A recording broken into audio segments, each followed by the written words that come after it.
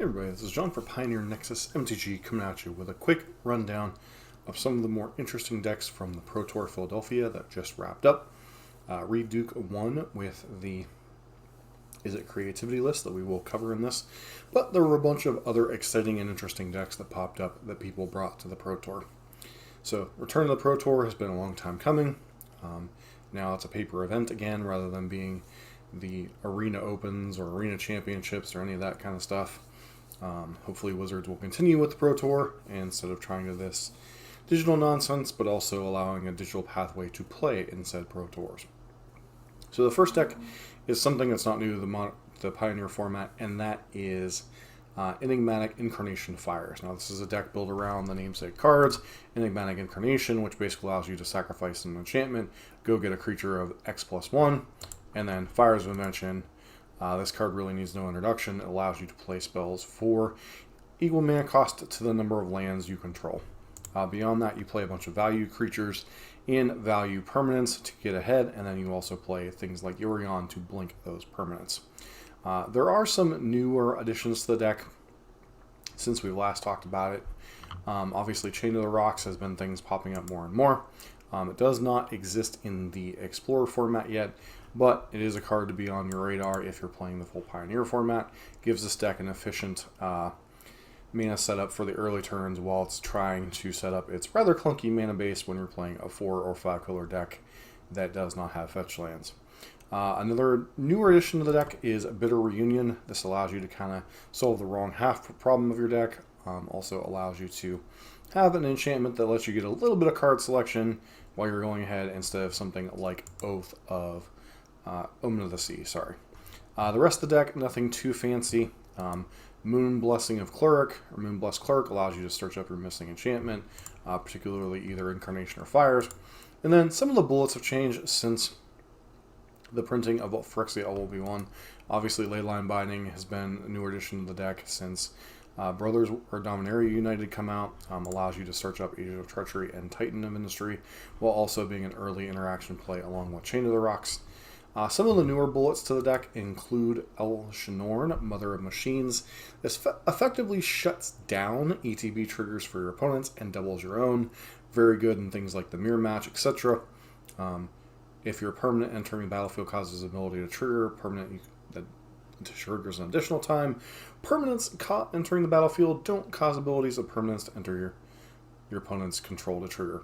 Now, I ran across this card a lot lately because I've been testing a Elementals deck that pops up every now and again on Explorer, and kept running an Elishnorn and dying because, well, the Elementals deck is all about triggering things. So this is a very important thing in those kind of matchups. Also good against things like humans and such. Can cause triggers like against Spirits to fizzle. There's a lot of creature-based decks that cause things to trigger. I believe this also works with things like Light Paws ability in the enchantment deck, etc., etc. And, is certainly a card that you should be a watch out for. And the rest of the cards in this deck are pretty much things you've seen before, but I figured it would be worth pointing this out. And this is the deck that made top 8. Another deck that made top 8 in the hands of Reed Duke and Gabriel Deceit both is Izzet Creativity. Now, we've covered Izzet Creativity on this channel before. It's nothing new. It's basically the evolution of Izzet Control since the Band of Expressive iteration. It comes in 2 varieties, combo, non-combo. Non-combo tends to use Magnum Opus and Torrential Gearhulk, the ones that the old CFB team, I forget what they are called now, but they chose to do the Xenagod World Spine Worm combo. So what the deck tries to do, tries to set up the early turns with some early interaction, whether it be things like Make Disappear, Fiery Impulse, or Spike Field Hazard, Spell Pierce, etc., keeping your opponent off balance. You have a bunch of card selection with things like Fable, the Mirror Breaker, Fire Prophecy, etc. Eventually you try to cast a big score to put 2 treasure tokens into play. You untap, play your 5th land, Creativity for X equals 2. X equals 2 allows you to go find World Spine Worm, which is a 15/15 creature with trample, and Xenagos, God of Revels, turns your 15/15 into a 30/30 trample haste. And even if your opponent somehow has a removal spell for that, they have to deal with 3/5/5 worms, and World Spine Worm shuffles back into your deck. Beyond that, you try to make some tokens, whether it be with Fable the Mirror Breaker, Big Score, Shark Typhoon, etc. In order, Secrets of the City are another one you can use. Whatever it takes to make some tokens, and that's what you're kind of playing for. And then the sideboard, they chose to have a transformational sideboard plan, boarding out basically the Big Score Xenagod, Indomitable Creativity plan, board in Hullbreaker Horde, a bunch of Shark Typhoons, very relevant in matchups where you expect your opponent to have a ton of interaction for the combo, or for control matchups, etc., where it can be very difficult to resolve a 5-mana sorcery spell. But, once again, not really a new deck to the format, but it is another deck that top 8 and in fact won the Pro Tour, and a deck you should certainly be aware of. Now let's get into some of the spicier lists that I believe was mostly covered on an article by Wizards themselves. This list, first up, was by Autumn Burchett and their team.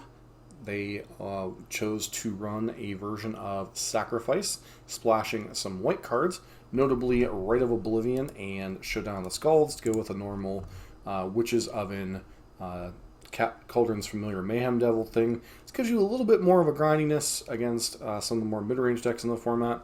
Allows you to play Showdown the Skulls, Rites of Oblivion, plays with a sacrifice nature of the deck. Also gives you some powerful sideboard cards like Vanishing Verse. Other than that, nothing too fancy. Basically the same Rakdos Sacrifice we've all know and love. Obviously Black Cleave Cliffs also made the mana a little bit cleaner. Made it a little bit easier to use these 3 and 4 mana splash spells. But overall, very much the same deck that you know and love. Just a little bit more staying power and a little bit more universal answers to problematic permanents like enchantments. Now this is a pile. This is by Ben Stark, noted Hall of Fame player. We actually played against a deck very similar to this in our Boros Hammer Time video. We played against an opponent that was playing basically blue-white Blink. They were playing a little bit different spice like Thassa, etc. But essentially what this deck's trying to do is play a bunch of permanents that get a bunch of card advantage and blink them a lot. You start out with things like Thurban Inspector, Charming Prince, Spirited Companion. Basically, if it has draw a card or have some special effect when it enters the battlefield, this deck's playing it. You have a new one, the Malkatar Purity Overseer. Whenever it enters the battlefield, create a 3/3 Golem. Beginning of your upkeep, if you control 3 or more artifacts under your control, create another 3/3 Golem. So this deck is all about blinking things in and out. You even see 3 copies of Urion Sky Nomad. You have Teferi, Wandering Emperor. It's basically a more permanent-based take on blue-white-ish control, blue-white midrange, and definitely an interesting deck that you should be aware of. As far as its power or strength, I really can't say. But it is certainly a deck that is interesting. It kind of bridges the gap between mono-white mid-range and blue-white control. Plays a lot of the powerful new cards, as well as having some access to some old ones. And, you know, any deck that plays Urion usually is pretty powerful. Ossification is another one. Whenever it enters the battlefield, exile target creature or planeswalker. Opponent controls until Ossification leaves the battlefield.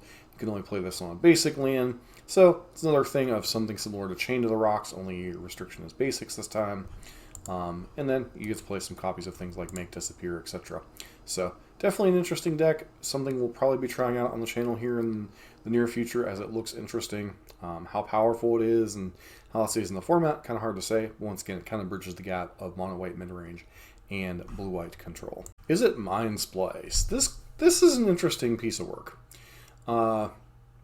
It's built around the card Mindsplice Apparatus. That is a 4-mana artifact that comes into play at instant speed. Instants and sorceries you cast cost 1 less for each oil counter on Mindsplice. Ideally, you want to flash this in on turn 4, at the end of your turn 4. Comes into play, starts ticking up counters, makes your instants and sorceries cheaper to cast. Now, what this deck is trying to do is something similar to the old Izzet Turns deck in the standard format. Essentially, you're trying to get to the point where you're casting Alrund's Epiphany or Temporal Trespass with Galvanic Iteration, taking a bunch of turns, and then having some way to win the game during those turns, whether it be Awoken Horror, whether it be Alrund's Epiphany, whether it be some of the cards in your sideboard. You do have some learn cards that you can pick up. Mascot's Exhibition can certainly be a way to win the game whenever you're taking a bunch of multiple turns. And Sahili, Sublime Artificer in the post-board games. So deck has a lot of ways to win the game. What it's trying to set up with its engine is Mindsplice Apparatus, and then just trying to buy time in the meantime. The rest of the deck is very similar to Arclight Phoenix, other than you're more in on casting spells and a little bit less in on things like recurring Arclight Phoenix. So that, and you're playing things like Consider, Opt to filter your draws, Fiery Impulse, Spike Field, Hazard, Lightning Axe to interact with your opponent's creatures. Divide by 0 gets a whole lot better when you're copy or casting it for cheaper. Also gives you access to your learn cards out of the sideboard, one of which obviously Mascot Expedition being one of your key ways to win. And then, the rest of the deck, cards you all know and love, Treasure Cruise, Temporal Pass. Basically, it's Izzet turns with Mindsplice Apparatus thrown in the mix. Once again, seems like a pretty sweet deck. How powerful it is and how strong it is remains to be seen, but one of the new techs from the Pro Tour. Speaking of another deck with new tech, and that is Temur Vehicle, whatever you want to call it. Basically, the Mardu Vehicle shell with a slate blue splash for Stubborn Denial in the main deck, and then some other counter spells on the sideboard. Beyond that, the new tech to this one is Miglo's Maze Crusher. Comes into play with 5 oil counters and then has different abilities. You can give it Vigilance and Menace. You can give it +2/+2. And then you can remove 3 oil counters to destroy artifact or enchantment. And, oh yeah, by the way, it also happens to be a 4 mana or 3 mana 4/4, which pairs nicely with your Lovestruck Beasts and Bone Crusher Giants to pressure your opponent. Then you have Hajar, Loyal Bodyguard. Sacrifice Hajar, Loyal Bodyguard. Legendary creatures you control get +1/+0 and indestructible until no turn. Now, unfortunately, you don't have any legendary creatures in the deck other than Miglo's, but, still adds another beatdown plan along with Reckoner Bankbuster. Then the rest of the deck, Acceleration, your 3 drops, Akroan War to deal with Rakdos and Mono Green, your Vehicle package, which is very good against Rakdos, and then Crater's Claws as a way to either deal with your opponent's early creatures or to have reach to close out the game if your opponent does find some way to stall things out. Once again, creative take on Mardu Vehicles, adding a slight splash with Stubborn Denial. Whether the mana really supports it or not remains to be seen, but pretty sweet deck, wanted to point out. So this one is a weird one. Basically, it's blue-white artifact control. So something similar to the blue-white Azorius Blink Urion deck that you saw from Ben Stark. This deck is very much built around playing cheap artifacts and playing the synergies off of them. This deck generates a bunch of Power Stones with things like the Might and the Meek Stone, things like Static Net, and then you're just trying to use and abuse the abilities of those said things. You have things like Karn, Scion of Urza to make some big construct tokens, as well as card advantage. You have things like Metallic Rebuke and Disruption Protocol to take advantage of those Power Stones, making it cheaper to cast these counter spells, disrupting your opponent. And then you're just playing a bunch of cheap artifacts or artifact enablers, things like Portable Hole and Glass Casket as your removal spells. They're removal spells that also double as artifacts. You have Prophetic Prism to both fix your mana and draw cards. Reckoner Bankbuster as a way to kind of grind in the mid-game. Moon Snare Prototype as a way to also turn your Power Stones into actual usable mana. As the downside with the Power Stones is you can only use them to cast artifacts, or cannot use them to cast non-artifact spells, but you can use them to filter Moon Snare Prototype and so many other different things. You can use it to activate Hull of the Storm Giants, Arc of Koza. This deck is very much about value, and if it stays alive in the early turns, it can certainly outvalue a lot of opponents. The downside of it is it's very artifact based, so if your opponent happens to be running a bunch of artifact destruction, well, you could be in a little bit of trouble, but that's not really particularly common in the Pioneer format, as there are really very few dedicated artifact based decks. Another card you get to take advantage of is Inventor's Fair, allows you to tutor up your various removal spells, your Prophetic Prisms, your Bankbusters, your doesn't get to Static Net, but it does get the Might and the Meek Stone, which can be both card draw, mana, etc.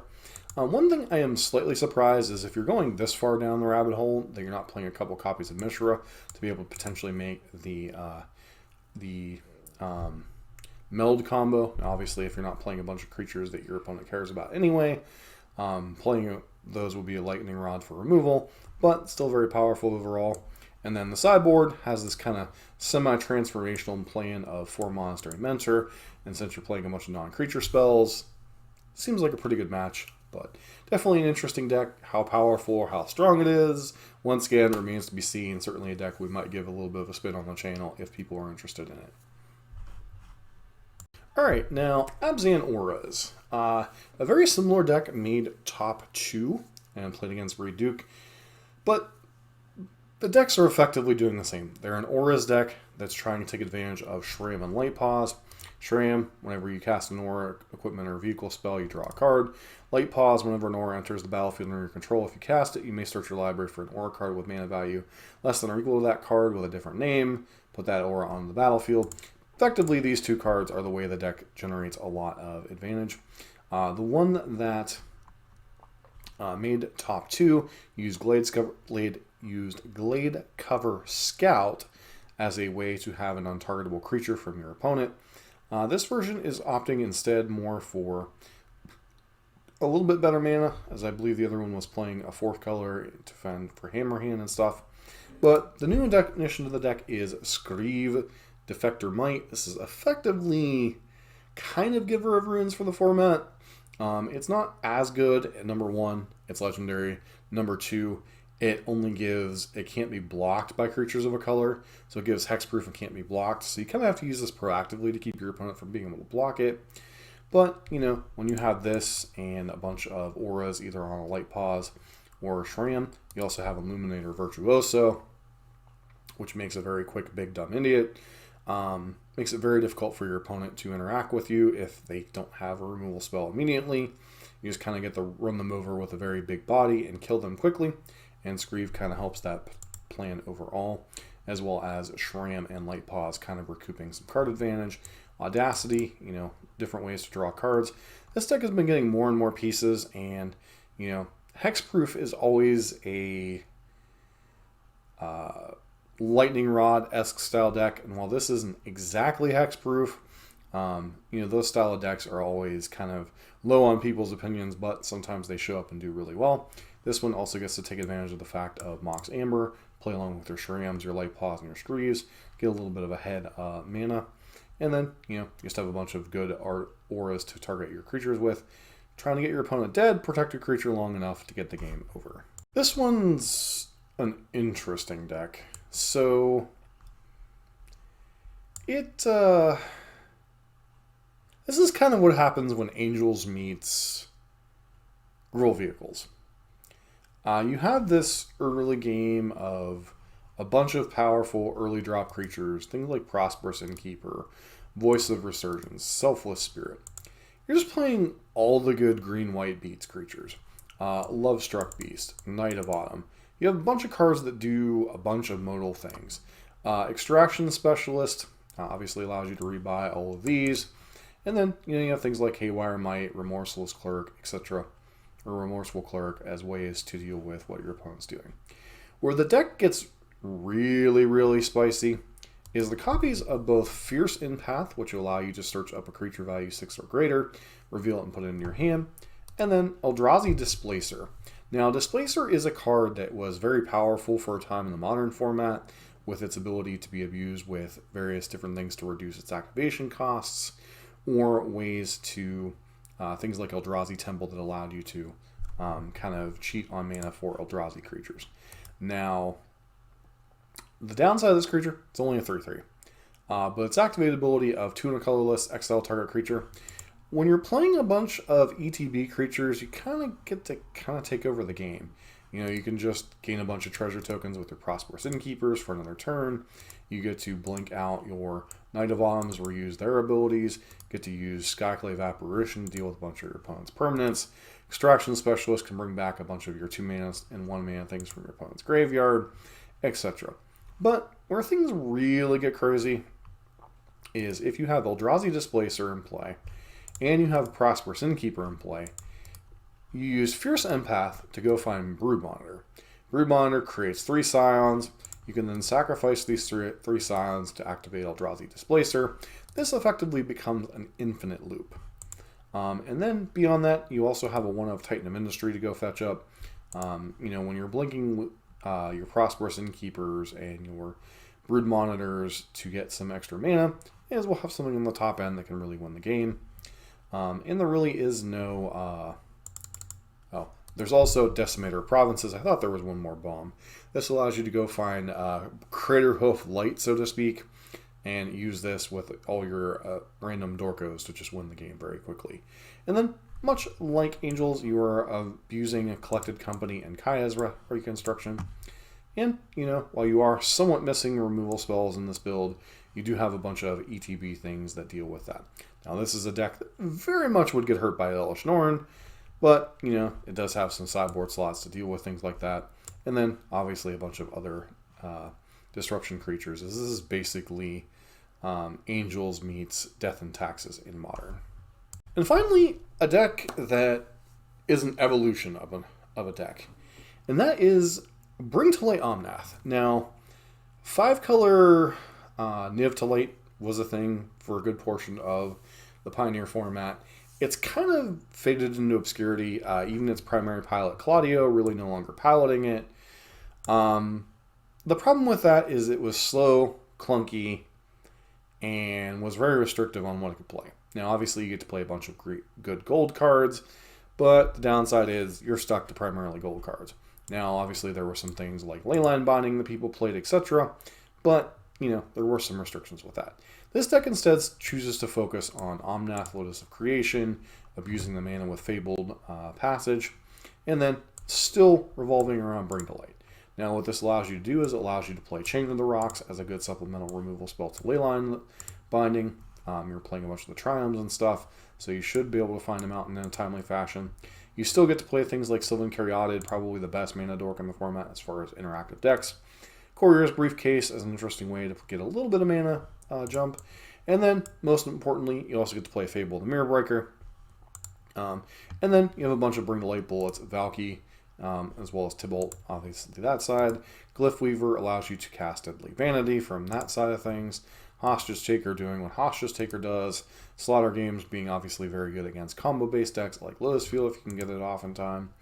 Escape to the Wilds is kind of a way to recoup card advantage. Elesh Norn we've already kind of covered here and there, how it shuts down a lot of decks with ETB abilities. And then, you actually get to play an actual factual sideboard instead of having to rely on more gold cards in your sideboard. Now, once again, how powerful this deck is, whether it's an answer to the problems that have plagued Niv to Light, remains to be seen, but overall, an interesting update to the Niv to Light archetype, just removing Niv and playing slightly better cards. So, as always, if you like these kind of informative videos, don't forget to like, comment, and subscribe, and we will also, probably the day before this video goes up, we'll be doing a Rakdos mid-range kind of deep dive into the deck, boot camp, so to speak, where its positions are in the meta, etc. But with that said, this has been a long enough video, so don't forget to like, comment, subscribe, and see you for the next video.